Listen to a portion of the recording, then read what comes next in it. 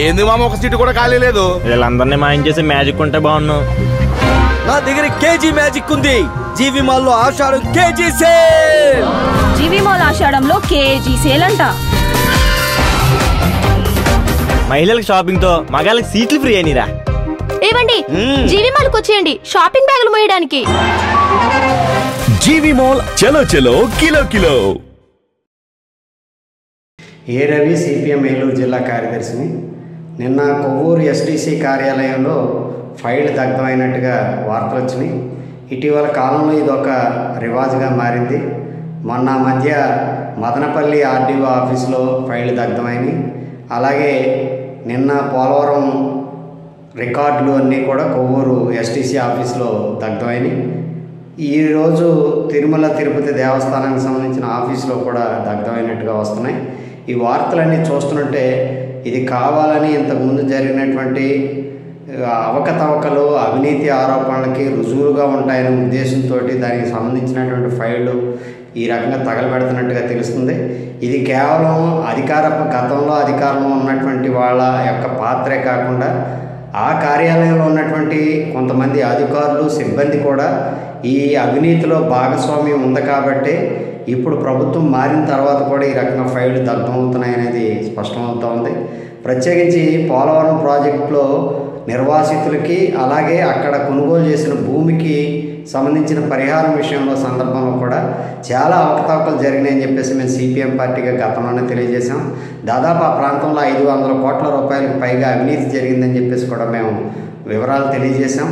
ఇందులో ప్రత్యేకించి పోలవరం, బుట్టాయిగూడెం, జీలుమిల్లి ప్రాంతాల్లో అక్కడ భూమిని కొనుగోలు చేసే సందర్భంలో గిరిజనులకు సంబంధించిన సాగులో ఉన్న భూముల్ని గిరిజనేతర భూస్వాముల పేరుతో రికార్డులు తారుమారు చేసి కొనుగోలు చేశారు. ఆ రకంగా గిరిజనులను పొట్టగొట్టి గిరిజనేతర భూస్వాములతో కుమ్మక్కయ్యి అధికారులు, ప్రజాప్రతినిధులు, అధికార పార్టీకి సంబంధించిన నాయకులు దళారులుగా వ్యవహరించి ఆ రకంగా మొత్తం కోట్ల రూపాయలు స్వాహా చేశారని చెప్పేసి ఆనాడే మేము తెలియజేశాం.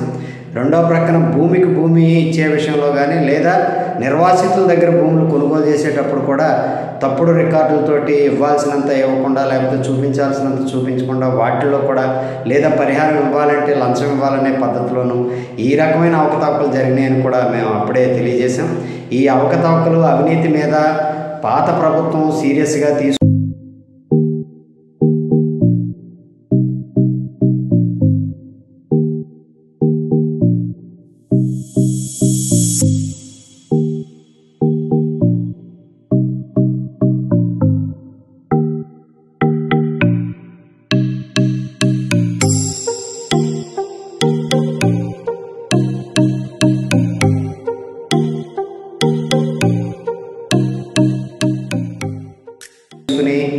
దీనికి సంబంధించిన దర్యాప్తు చేసి దోషులు ఎవరో గుర్తించిన ఫలితంగానే దానికి కొనసాగింపుగా ఇప్పుడు అదే దోషులు ఈ రకంగా బయట ఉన్నటువంటి గత అధికార పార్టీ నాయకులు, అలాగే దళారులు, అలాగే అదే కార్యాలయంలో ఉన్నటువంటి సిబ్బంది, అధికారులు కలిసి ఈ దొంగ నాటకానికి సూత్రధారులుగా ఉన్నారనేది స్పష్టం అవుతూ ఉంది.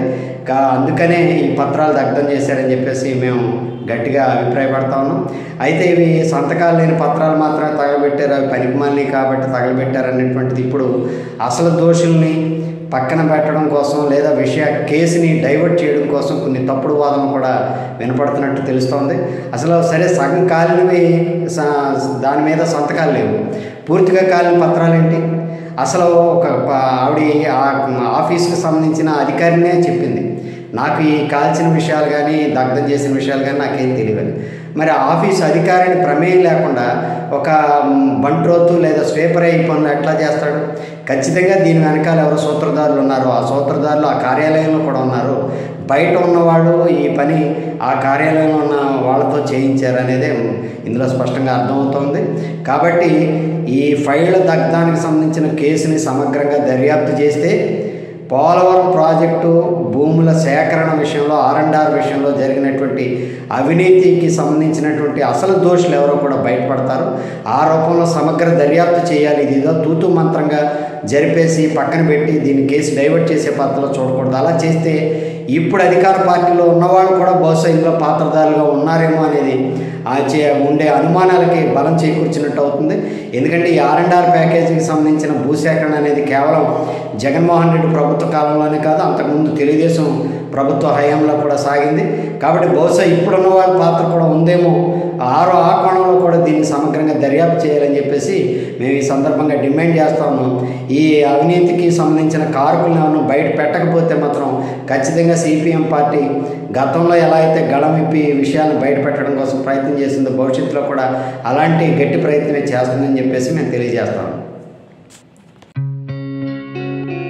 గత 20 సంవత్సరాలుగా దంత సమస్యలతో పాటు దవడ మరియు ముఖ సంబంధ సమస్యలకు చక్కని చికిత్సలు అందిస్తున్న శ్రీ రామకృష్ణ దంత వైద్యశాల, నరసింహారావుపేట, ఏలూరు.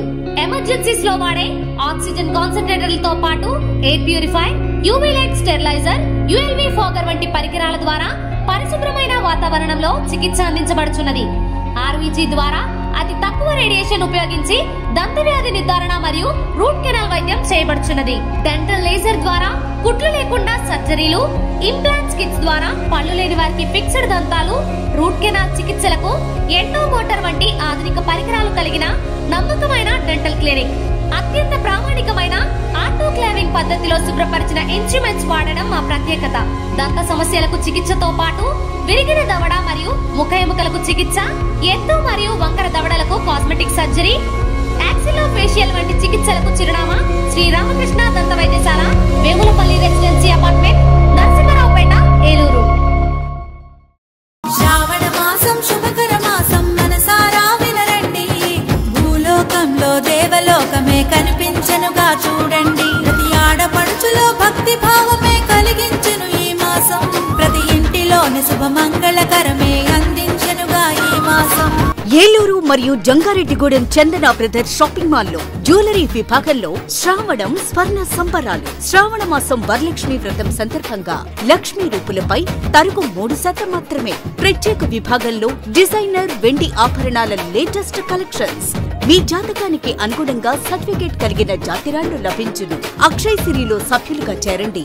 60% వరకు తరుగులో రాయితీ పొందండి. కనకధార గోల్డ్ స్కీమ్ లో సభ్యులుగా చేరండి. తరుగు మజూరీ లేకుండా మీ మనసుకు నచ్చిన 916 బంగారు ఆభరణాలు మీ సొంతం చేసుకోండి. ఈ శ్రావణ మాసంలో ప్రతి ఇంట శుభం, సౌభాగ్యం, సంతోషం కలగాలని కోరుకుంటూ మీ చందన బ్రదర్స్, ఏలూరు మరియు జంగారెడ్డిగూడెం.